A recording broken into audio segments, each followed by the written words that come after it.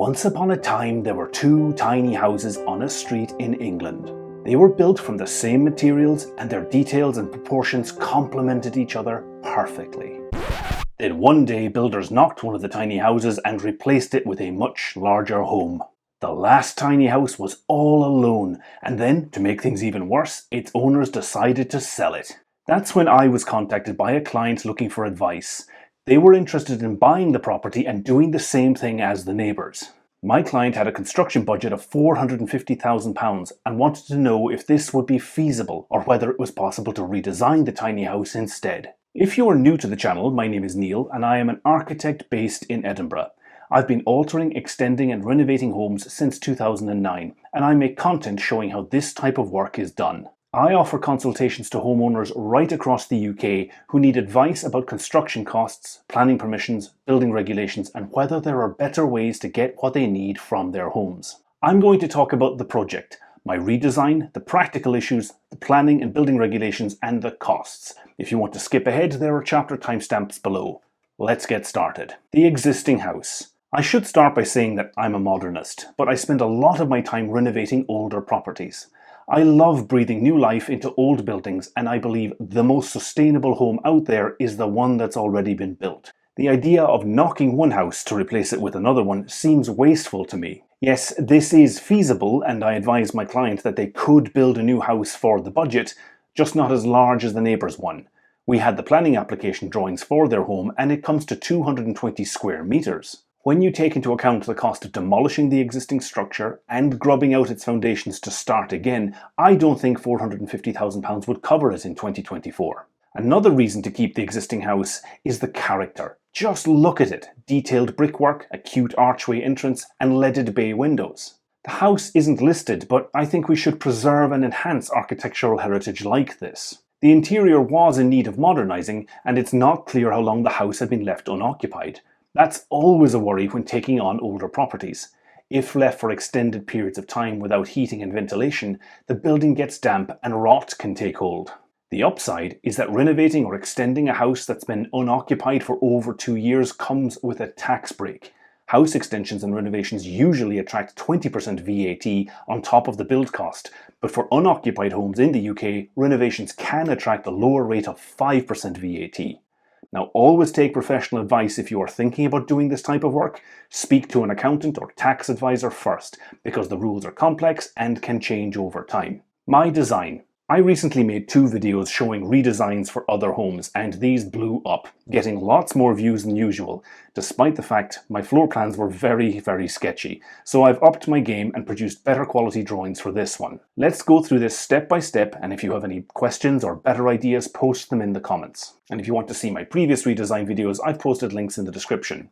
And I should make clear, I don't produce drawings as part of my consultation service. It's just a discussion.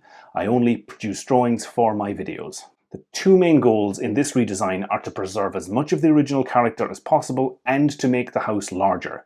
I'm aiming for 3 bedrooms with a good quality living space and amenities. Let's start with the entrance. I love this little archway, but it's narrow and the entrance hall is cramped. So the first thing I did was increase the space internally to create space for shoes and coats.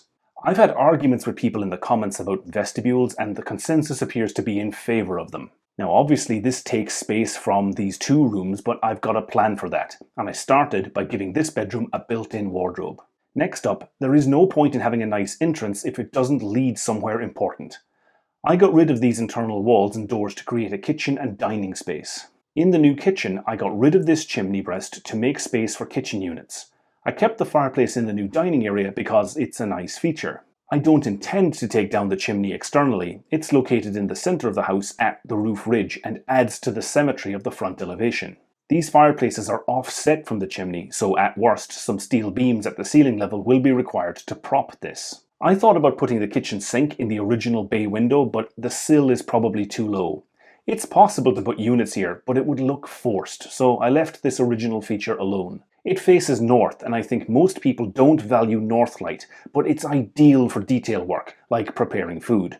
Artist studios and galleries always use north light because it's uniform. It doesn't glare or cast strong shadows. I've designed kitchens in my own projects with large areas of north-facing glazing, and the clients love them. Next up is the living space, which faces south, looking down that long rear garden. There are mature trees in there, which is great, but one of them is too close to the house and will need to go to make space for the new extension. Always check if trees have preservation orders before you do any work on them. If they do have a TPO, any work needs to be approved by the planning department. The new living space will have a slight L shape to the layout, just to hide the sofa. Open plan spaces work best when they avoid square or rectangular layouts. The sofa will sit opposite a built-in storage wall. Now, I created one in a recent project and I think it works really well. I've also added a sheltered deck. This is a feature I've designed into many of my own projects, especially when large areas of glass face due south. By spanning the new roof of the extension out over the patio, it creates an intermediate zone, neither fully inside nor outside. And this gives the client somewhere to sit and enjoy their garden on days when they wouldn't usually choose to be outside. If you are serious about creating a patio, check out the sponsor of today's video. Sunflex UK designs and manufactures high-quality aluminium windows and doors in the UK. I've used them on several of my own projects and I believe they offer a great balance between cost and quality. Don't just take my word for it though, check out these videos I made, which include the cost. There's a link up here and in the description below. The bedrooms. With the new open plan space fleshed out, the next step is to consider the bedrooms. I'm aiming for 3 in this house. Any more than 3 bedrooms and the living spaces won't be large enough. It's all about achieving the right balance. First off, I decided to get rid of the existing bathroom and smaller bedroom. Now, this might sound counterintuitive, but it sets up the next move. The front room becomes the master bedroom with an ensuite shower and wardrobes. This new corridor allows me to create 2 new bedrooms in an extension to the side and rear of the existing house. The new family bathroom and ensuite each have sliding pocket doors because these save space.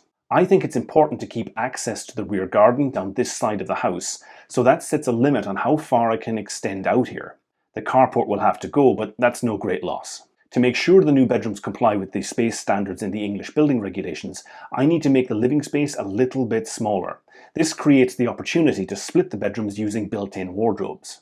Bedroom 2 is accessed by cutting down this existing window, and I also kept this original window opening in the wall that defines the living space. I like the idea of catching a glimpse while walking past. Plus, it's a nice place for a vase, sculpture or lamp. Little details like this can really lift a space. After drawing this floor plan, I realized that bedroom 3 is overly long and the house doesn't have a utility space. I spent some time refining the layout and I added a utility and store at the end of the corridor. I think it's worth building a little more extension to achieve this.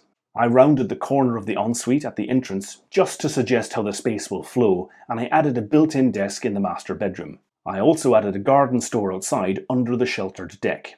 I did something similar on a recent project in Edinburgh and it works really well. Aside from the useful storage, it provides a bit more privacy and shade. In this design, the doors are formed from the same Siberian larch cladding that's used for the soffit of the roof overhang. Planning permission. People often ask whether it's possible to get permitted development for house extensions. Now, I made a whole video about this and why I think permitted development can cause huge problems. You can check out the link in the description. That said, this design is less than 1 meter from the boundary on either side, so it won't have permitted development rights and a full planning application would be necessary. Given the extension won't overlook or overshadow the neighbours and the design is subservient to the principal elevation of the house, I suspect there is a reasonable chance it will get planning approval. How much would this cost to build? I regularly discuss construction costs in my videos because I want you guys to have as much real-world information as possible. The going rate for an extension in the UK in 2024 starts at around £3,500 plus VAT per square metre, but that doesn't include the cost of internal alterations. This drawing shows the internal demolitions using red dashed lines. This wall is almost certainly load-bearing, and I made a video about the cost of doing this type of work. You can check out the link in the description if you want to learn more. The extension measures 44 square metres, so that would cost at least £150,000 plus VAT. Altering the existing internal layout would cost around £50,000 once you factor in rewiring, plumbing, new floors, plastering and decoration. The new kitchen units would cost around £15,000, and the utility, family bathroom and ensuite units would cost around £10,000, including tiling, new drainage and fitting. All in, this project would cost at least £225,000 plus VAT, and if the house has been unoccupied for over 2 years, the bulk of that VAT would only be 5% rather than the usual 20%. That means this design would cost slightly more than half the client's original budget of £450,000. Let me know in the comments whether you think this is worthwhile, or should the tiny house be knocked to make way for a larger home like the neighbour's property. If you are thinking about altering a home anywhere in the UK, check out the reallifearchitecture.co.uk website. You can book a consultation with me if you need specific advice about your property. There's a link in the description, but please read the terms and conditions before you book. And if you found this video useful, please hit the like button. It really helps the channel. If you want to see more content like this, you should subscribe. I make new videos all the time.